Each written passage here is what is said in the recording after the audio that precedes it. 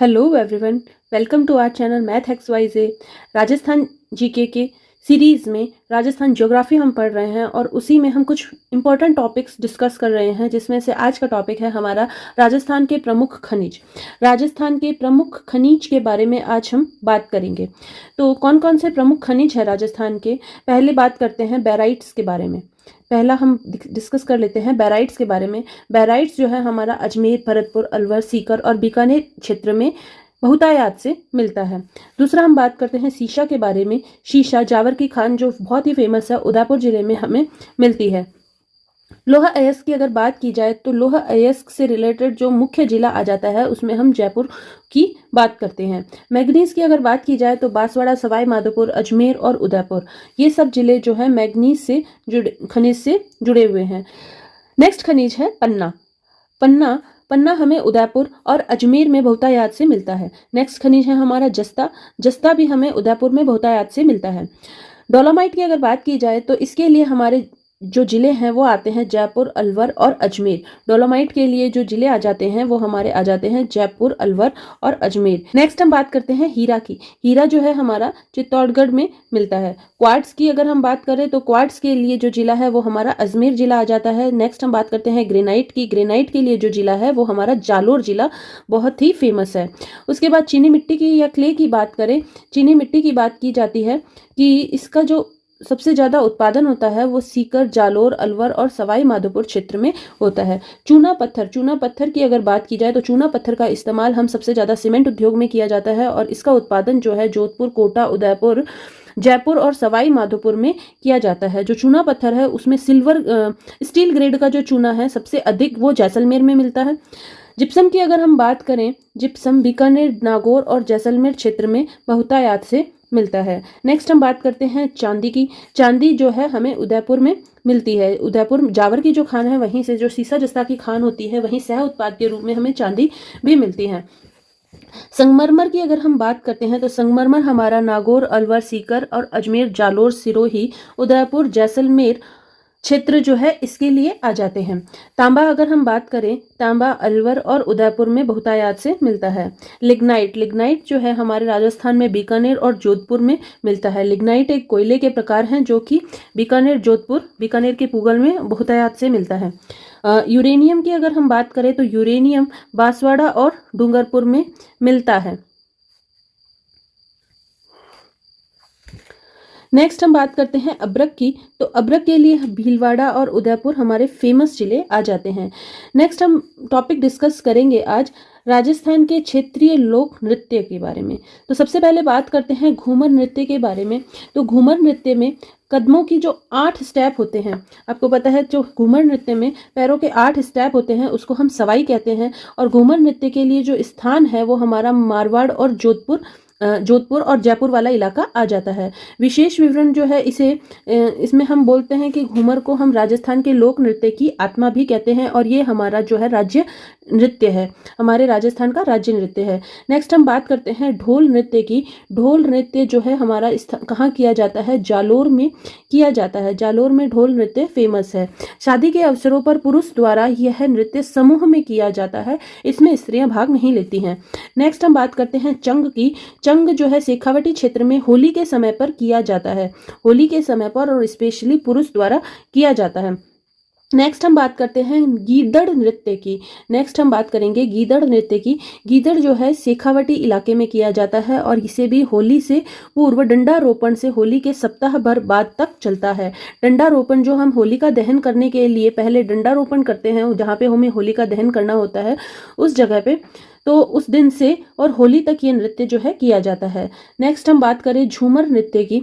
झूमर नृत्य जो है हमारा हाड़ौती का फेमस है। झूमर नृत्य हाड़ौती में बहुत ही झूमर नृत्य जो है उसके लिए फेमस स्थान हमारा हाड़ौती आ जाता है। ये जो झूमर नृत्य है वो स्त्रियों द्वारा त्यौहार व मांगलिक अवसरों पर किया जाता है। बिंदोरी नृत्य जो है हमारी झालावाड़ की बहुत ज़्यादा फेमस है और ये क्वेश्चन हमारे एग्जाम में काफ़ी बार आया भी है। तो बिंदोरी नृत्य झालावाड़ का फेमस है और जो इसका करने का टाइम है होली और विवाह के अवसरों पर पुरुष द्वारा यह नृत्य किया जाता है। गुड़ला नृत्य जो हमारे मारवाड़ के राजा राव सातल थे, उन्होंने गुड़ले खां को मारकर इस इस जो महोत्सव का है जो आरंभ किया था। और इस महोत्सव पे हमारा गुड़ला नृत्य जो है किया जाता है। इसमें लड़कियां नाचती हुई घर घर से तेल मांगती है, और लड़कियां जो होती है सिर पर एक घड़ा रखती है जो छिद्रित घड़ा होता है, और उसमें एक दीपक जलाया जाता है। नेक्स्ट हम बात करते हैं अग्नि नृत्य की। अग्नि नृत्य बहुत ही इंपॉर्टेंट है एग्जाम के पॉइंट ऑफ व्यू से। हर एग्जाम में आपको अग्नि नृत्य से क्वेश्चन मिल जाते हैं, और मोस्ट ऑफ जो इसका क्वेश्चन मिलता है ये किस स्थान से संबंधित है। तो स्थान, इसका जो संबंधित स्थान है वो कातरियासर गांव बीकानेर से संबंधित है। और ये जो किया जाता है किस संप्रदाय द्वारा किया जाता है, तो ये हमारे जसनाथी संप्रदायों द्वारा फतेह फतेह के उद्घोष के साथ जलते हुए अंगारों पर किया जाता है। बम्ब नृत्य। बम्ब नृत्य कौन करते हैं? भरतपुर के लोग करते हैं। भरतपुर और अलवर में जो है ये नृत्य बहुत ही फेमस नृत्य है। इसमें होली से 2.5 से 3 फुट ऊंचे नगाड़ों पर पुरुष और समूह नृत्य करते हैं। ये जो बम्ब है ये इन नगाड़ों को ही बोला जाता है, नगाड़ों को बम्ब बोलते हैं, और नगाड़े बजाकर ये जो पुरुष नृत्य करते हैं इसलिए इसे बम्ब नृत्य बोल देते हैं। नेक्स्ट हम बात करते हैं लंगूरिया नृत्य की। लंगूरिया नृत्य ये एक धार्मिक नृत्य है, और ये जो करौली का केला देवी का जो मेला है उसके अंदर किया जाता है। करौली में जो है ये नृत्य फेमस है, और करौली के केला देवी के मेले में किया जाने वाला नृत्य लंगूरिया नृत्य है। डांग नृत्य। डांग नृत्य तो हम डांग नृत्य से हम जो हमारा डांग क्षेत्र है उसकी तरफ इशारा नहीं करता है। इसमें हम ध्यान रखेंगे कि जो डांग नृत्य है इसका संबंध हमारा आता है नाथद्वारा से। इसका विशेष विवरण है कि होली के अवसर पर किए जाने वाला नृत्य जो नाथद्वारा में किया जाता है वो डांग नृत्य है।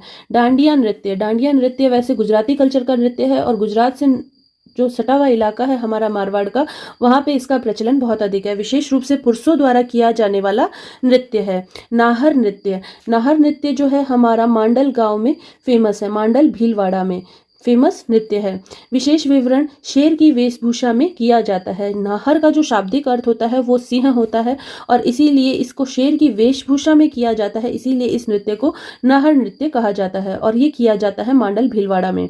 ढप नृत्य। ढप नृत्य फिर से होली के अवसर पर किया जाने वाला और बसंत पंचमी के अवसर पर किया जाने वाला नृत्य है ये दोनों। इसमें ढप बजाया जाता है, और स्थान इसका आ जाता है शेखावाटी। शेखावाटी स्थान पर जो है मुख्य रूप से किया जाता है, बसंत पंचमी के अवसर पर किया जाता है। चौगोला नृत्य। चौगोला नृत्य जो है हमारा डूंगरपुर का नृत्य है, और डूंगरपुर में जो जनजातियां रहती है उसके द्वारा यह किया जाता है, और होली पर स्त्री पुरुषों का सामूहिक नृत्य होता है। स्त्री और पुरुष दोनों ही इसमें भाग ले सकते हैं। रण नृत्य। रण नृत्य जो है मेवाड़ में भीलों के द्वारा किया जाता है। इसमें पुरुष द्वारा हाथों में तलवार लेकर किया जाता है। पेजन नृत्य। पेजन नृत्य जो है हमारा वागड़ क्षेत्र का फेमस है। वागड़, डूंगरपुर और बांसवाड़ा का जो है ये पेजन नृत्य फेमस है। दिवाली के अवसर पर ये मुख्य रूप से किया जाता है, दिवाली के अवसर पर किया जाने वाला नृत्य है। नेक्स्ट हम बात करते हैं चारकुला की। चारकुला जो नृत्य है वो हमारा संबंधित है भरतपुर और अलवर से संबंधित है। ये जो महिलाएं होती है इस नृत्य में सिर पर बर्तन रखकर और उसके ऊपर दीपक जलाकर करती है। नेक्स्ट हम बात करते हैं नेक्स्ट टॉपिक के प्रमुख स्थानों के उपनाम के बारे में। तो मत्स्य प्रदेश। सबसे पहले हम बात करते हैं मत्स्य प्रदेश के बारे में। मत्स्य प्रदेश के मत्स्य क्षेत्र जो है ये किस क्षेत्र का उपनाम है? तो इसमें मत्स्य क्षेत्र में अलवर, भरतपुर, धौलपुर, करौली आ जाते हैं। तो इसकी अगर हम शॉर्ट ट्रिक बनाएं तो अभिधोक। अ से अलवर, भ से भरतपुर, धो से धौलपुर और क से करौली, ये सारे जो है मत्स्य क्षेत्र में आ जाते हैं। नेक्स्ट हम बात करते हैं गिरवा की। गिरवा जो है उदयपुर का जो पहाड़ी भाग है उसे हम क्या बोलते हैं? गिरवा बोलते हैं। नेक्स्ट हम बात करते हैं भोमट क्षेत्र की। नेक्स्ट अगर हम बात करें भोमट क्षेत्र की तो भोमट क्षेत्र कौन सा आ जाता है? उदयपुर, डूंगरपुर, सिरोही। उदयपुर, डूंगरपुर और सिरोही ये क्षेत्र जो आ जाता है हमारा भोमट क्षेत्र आ जाता है। फिर उसके बाद हम बात करते हैं देशहरो। देशहरो उदयपुर की जो जगरा पहाड़ियाँ है जो वर्ष भर क्या रहती है? हरी भरी रहती है, उसे हम कहते हैं देशहरो। उसके बाद हम कहते हैं थली क्षेत्र। थली क्षेत्र कौन सा क्षेत्र है? पाली नागौर, बीकानेर और गंगानगर और चूरू का जो क्षेत्र है उसे हम थली क्षेत्र कहते हैं। छप्पन का मैदान। छप्पन ही यहाँ गलत प्रिंट हो गया है, तो इसे हम छप्पन का मैदान पढ़ेंगे। छप्पन का मैदान जो है हमारा बांसवाड़ा में है। बांसवाड़ा और प्रतापगढ़ के मध्य का भूभाग जो है हमारा छप्पन का मैदान कहलाता है। बांसवाड़ा और प्रतापगढ़ के मध्य का भूभाग हमारा छप्पन का मैदान कहलाता है। छप्पन की पहाड़ियाँ जो है हमारी कहाँ है?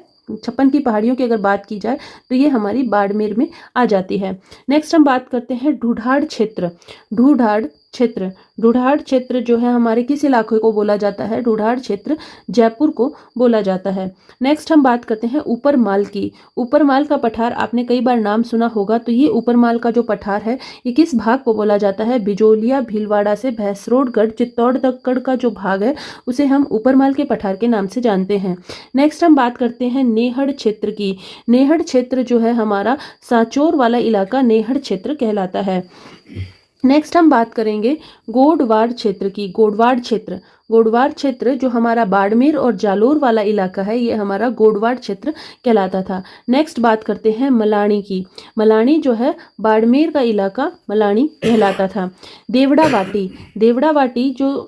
जो है राजा, वो सिरोही के राजा हुआ करते थे, देवड़ा वंश। तो ये जो भूभाग है देवड़ावाटी कहलाया।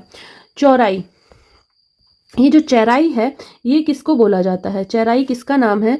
चेराई जो है भाद्रा जून जालोर का नाम है, प्राचीन नाम। नेक्स्ट हम बात करते हैं सिवाणची जो प्राचीन नाम है वो सिवाणा बाड़मेर का प्राचीन नाम है। कुरुक्षेत्र, नेक्स्ट हम बात करते हैं कुरुक्षेत्र की। कुरुक्षेत्र जो है प्राचीन काल में अलवर के उत्तरी भाग को बोला जाता था। नेक्स्ट हम बात करते हैं भौराट क्षेत्र की। भौराट क्षेत्र कुंभलगढ़ से गोगुंदा तक के क्षेत्र को भौराट क्षेत्र बोला जाता था। नेक्स्ट हम बात करते हैं खेराड़ की अगर बात करें तो जहाजपुरा भीलवाड़ा को खेराड़ क्षेत्र बोला जाता है। दूसरा हम बात करते हैं माल खेराड़ की। माल खेराड़ किसे बोला जाता है? मालपुरा टोंक से जहाजपुर भीलवाड़ा तक के भूभाग को माल खेराड़ बोला जाता है। नेक्स्ट हम बात करते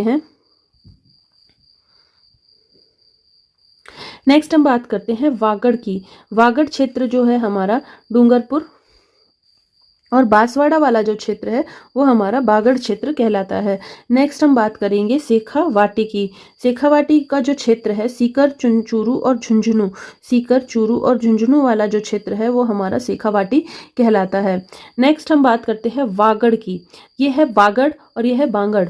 बांगड़ की अगर हम बात करें तो ये शेखावाटी वाला क्षेत्र बांगड़ कहलाता है, जबकि डूंगरपुर और बांसवाड़ा वाला क्षेत्र वागड़ कहलाता है। नेक्स्ट हम बात करते हैं डांग क्षेत्र की। डांग क्षेत्र हमारा कौन सा क्षेत्र आता है? तो डांग क्षेत्र की बात की जाए तो अलवर और करौली वाला जो क्षेत्र है हमारा, अलवर भरतपुर करौली, ये डांग क्षेत्र कहलाता है। नेक्स्ट देखते हैं कांठल। कांठल जो है हमें प्रतापगढ़ और माही नदी के जो किनारे वाला भाग है उसे कांठल प्रदेश कहा जाता है। मेवात क्षेत्र की अगर हम बात करें, जो मेवों का इलाका है वो मेवात क्षेत्र कहलाता है और ये इलाका आ जाता है अलवर भरतपुर का। नेक्स्ट हम बात करते हैं मेवल क्षेत्र की। मेवल क्षेत्र कौन सा क्षेत्र है? डूंगरपुर और बांसवाड़ा का पहाड़ी क्षेत्र मेवल क्षेत्र कहलाता है। फिर हम बात करते हैं विराटनगर की। विराटनगर क्या है? बैराट को विराटनगर भी कहा जाता था प्राचीन काल में। नेक्स्ट हम बात करते हैं कोठी की। कोठी जो है किसको कहा जाता है? कोठी धौलपुर को कहा जाता है। नेक्स्ट हम बात करते हैं माल क्षेत्र की। मांड क्षेत्र, ऊपर बिंदु हो रहेगा इसमें। मांड क्षेत्र किसे बोलते हैं? जैसलमेर को मांड क्षेत्र भी बोलते हैं। नेक्स्ट हम बात करते हैं सिवी क्षेत्र की। सिवी क्षेत्र उदयपुर को सिवी जनपद या मेघपाट भी कहा जाता था, जिसे हम मेवाड़ बोलते हैं। नेक्स्ट हम बात करते हैं प्रागवाक क्षेत्र की। प्रागवाक क्षेत्र हमारा मेवाड़ को ही कहा जाता है। नेक्स्ट अगर हम बात करें श्रीमाल के नाम से पहले प्राचीन बाड़मेर जाना जाता था। श्रीपंथ जो है पहले बयाना भरतपुर का प्राचीन नाम श्रीपंथ हुआ करता था। चंद्रावती जो है सिरोही को जाना जाता था चंद्रावती के नाम से। वल्ल क्षेत्र हम किसको बोलते थे? वल्ल क्षेत्र जो है हमारा जैसलमेर का भूभाग वल्ल क्षेत्र के नाम से जाना जाता था। उसके बाद नेक्स्ट हम बात करते हैं योद्धेय की। योद्धेय जो है हमारा हनुमानगढ़ का क्षेत्र योद्धेय के नाम से जाना जाता था। जांगल प्रदेश की अगर हम बात करते हैं तो इस इलाके से रिलेटेड जो आता है वो हमारा बीकानेर का भूभाग आता है। सपाद लक्ष की अगर हम बात करें तो ये सांभर से लगा हुआ इलाका सपाद लक्ष कहलाता था। इसे चौहानों का जो है आरंभ यहीं से हुआ था। नेक्स्ट हम बात करते हैं अहिछत्रपुर की। सपाद लक्ष की जो प्रथम राजधानी थी वो अहिछत्रपुर थी और अहिछत्रपुर नागौर वाले इलाके को कहा जाता है। नेक्स्ट हम बात करें ब्रजनगर की। ब्रजनगर झालर पाटन को कहा जाता था। नेक्स्ट हम बात करते हैं हेमकूट की। हेमकूट जो है हमारा कुंभलगढ़ को पहले कहा जाता था। फिर हम देखते हैं मालव क्षेत्र। मालव क्षेत्र डूंगरपुर और बांसवाड़ा का पहाड़ी क्षेत्र मालव क्षेत्र कहलाता था। फिर उसके बाद हम बात करते हैं खिजराबाद। खिजराबाद चित्तौड़गढ़ का जो किला है उसका नाम बदल कर क्या रख दिया गया था, खिजराबाद रख दिया गया था। चित्तौड़गढ़ पर जब अलाउद्दीन खिलजी का शासन हो गया था उन्होंने साके के बाद अपने पुत्र के नाम पर इस किले का नाम खिजराबाद रख दिया था। उसके बाद हम देखते हैं खैराबाद। खैराबाद जो है सिवाना दुर्ग का नाम अलाउद्दीन खिलजी ने खैराबाद रख दिया था। उसके बाद जलालाबाद की अगर बात करें तो अलाउद्दीन खिलजी ने जालोर दुर्ग का नाम चेंज कर जलालाबाद कर दिया था। तो जालोर दुर्ग का नाम चेंज कर जलालाबाद कर दिया गया था। फिर बात करते हैं मुस्तफ़ाबाद। मुस्तफ़ाबाद जो है गागरोन का नाम रखा गया था। उसके बाद करते हैं मोमीनाबाद। मोमीनाबाद जो है आमेर का नाम रखा गया था। मोमीनाबाद जो है किसका नाम रखा गया था, आमेर का नाम रखा गया था। उसके बाद सत्यपुर। सत्यपुर की अगर हम बात देखें तो सत्यपुर किसका नाम रखा गया था, साचोर और चालोर का नाम रखा गया था। इस तरह से हमने कुछ प्राचीन नामों के बारे में देखा। यहाँ से एग्जाम में क्वेश्चन बनने के चांसेस बहुत ज़्यादा रहते हैं। अगर आपको यह वीडियो अच्छी लगी हो और आपको ये एग्जाम के पॉइंट ऑफ व्यू से बेनिफिशियल लगी हो तो आप इस चैनल को लाइक कीजिए और शेयर और सब्सक्राइब कीजिए ताकि ऐसी ही और अच्छी अच्छी वीडियो लाके हम आपके साथ अपने स्टडी मटेरियल को साझा कर सकें। तो आज के लिए इतना ही, मिलते हैं नेक्स्ट वीडियो में। तब तक के लिए पढ़ते रहिए। धन्यवाद।